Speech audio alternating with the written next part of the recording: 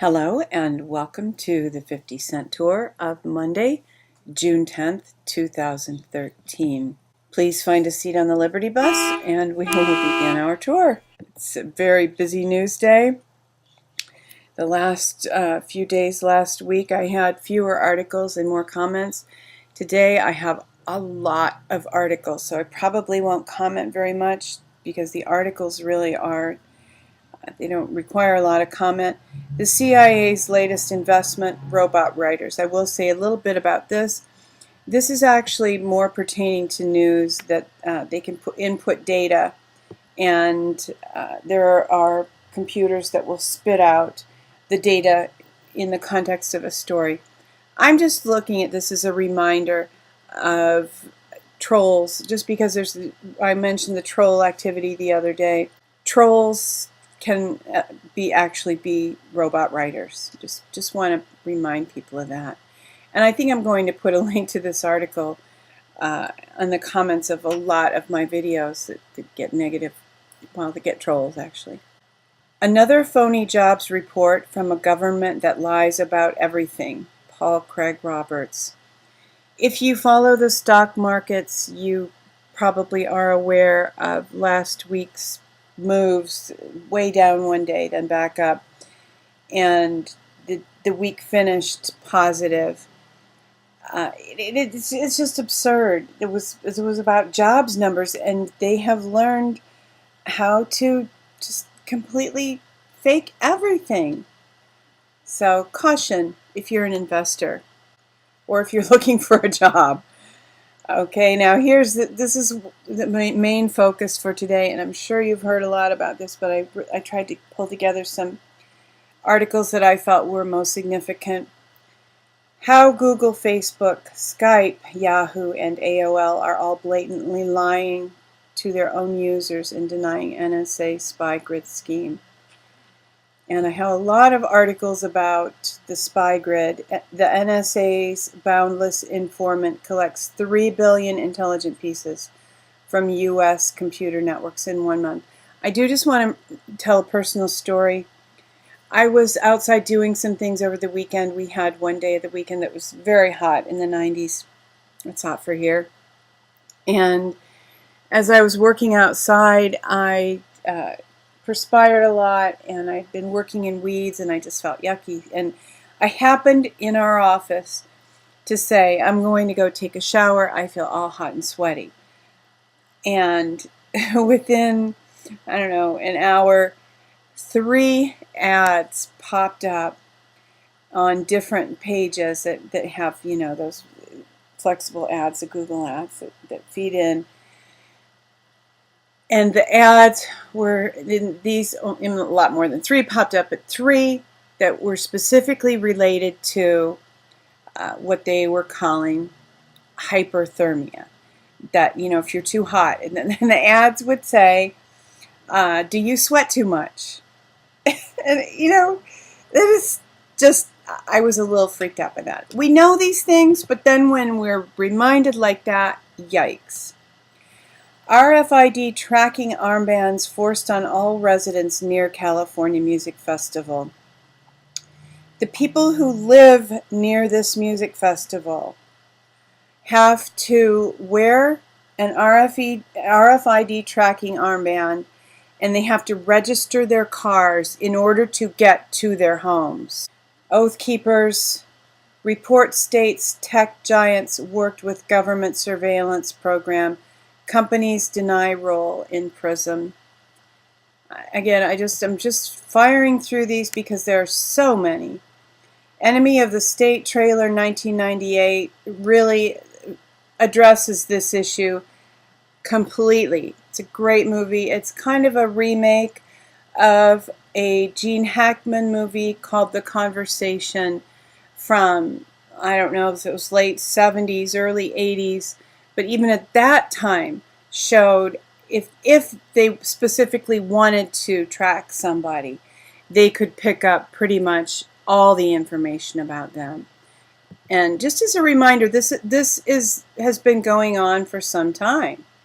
Beware of spying Bilderberg, just another article, but with the reminder that They keep Bilderberg secret. They have a wall of police around them, and we're not permitted to know what they're doing. However, they want to know absolutely everything about what we are doing. On spying on Americans before 9/11, NSA built backdoor in all Windows software by 1999. So thanks, Windows. We're paying for our own enslavement. And I want to look a little bit at how the media is responding to all this. Limbaugh, we are in the midst of a coup.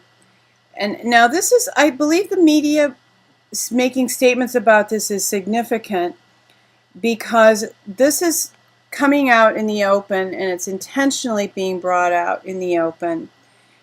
And Benjamin Fulford, in his blog today, wrote a bit about this, that yeah, we've known about this stuff for a long time. The recent cabal-controlled corporate media frenzy of disclosure about things like NSA eavesdropping, etc., are signs of full-blown panic.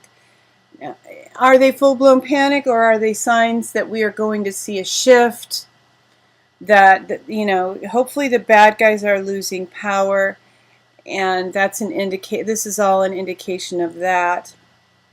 I did a search for a Neil Cavuto clip that I heard on the Alex Jones show this morning, and this is it. But when I did the search, Neil Cavuto, June 2013, government spying, so many interesting things came up that I thought I would just leave the window open that way. We've got Ron Paul, Texas Straight Talk, government spying, should we be shocked? And Rand Paul on NSA spying, I'm going to challenge this at the Supreme Court. And that's on Fox. They want us, at this point, for whatever reason, they want us to know about this. They want us to be angry about this. Now, why? I don't want to analyze too deeply. I, at this point, am just looking at it from just believing that, okay, in order for things to change, the people, mainstream society, has to become aware that there's a problem. And this can be done through mainstream media. And Benjamin Fulford always said that truth would begin to be released in the mainstream media. It has to happen in order for there to be a change. And whoever is deciding that this is going to come out at this point, I am believing right now that they mean good, and that this is moving toward our benefit. And just one more article on, I thought this was interesting. NSA sucks in data from 50 companies. So that's the scope that we're talking about. It's very difficult. If you have a Windows computer, and you can avoid Google, you can avoid YouTube if you want, you can use Tor browser. There's steps you can take, but you still got that back door into that Windows software. So, we'd have to be pretty extreme to get away from it completely, and we should do what we can. So where's all this going? I have a couple of different points of view. One I already showed, that was Phil Fulford, who does believe that the days are numbered for these people, and he's a little concerned that they'll try to do something on 6/11, but he told them they don't have power and asked them to just bow out gracefully. So this point of view is a little different. DHS Insider, it's about to get very ugly. This is all the same. These are all different sides of the same issue. And this is a story about a man who met with a DHS insider, and the DHS is representing, Obama and the people in power, and they are angry and they are cornered, and they will use some excuse, an external threat, and talking about martial law. And we've heard this before. I am hoping and I am leaning toward, and I believe that Fulford is right. Other people who say that the power is broken, is being broken, and that we're moving beyond this. And this weekend, David Wilcock came out with a new blog. I think he blogs usually once a month. And The Nightmare is Almost Over, Part 1. So this is a nice perspective. Of course, he talks about aliens and some things that are not quite mainstream. But as we watch this all play out, I know that we need to keep an open mind. I don't think any of us sees the whole picture. And if we're looking for something specific, we're going to miss some things that are probably very important for us to see. Do treaties trump the Constitution? No, they don't. So there's good news in that. Victory gardens to save us from GMO are edible organic gardens, the key to food sustainability. And interestingly enough, the term victory garden was coined during World War II.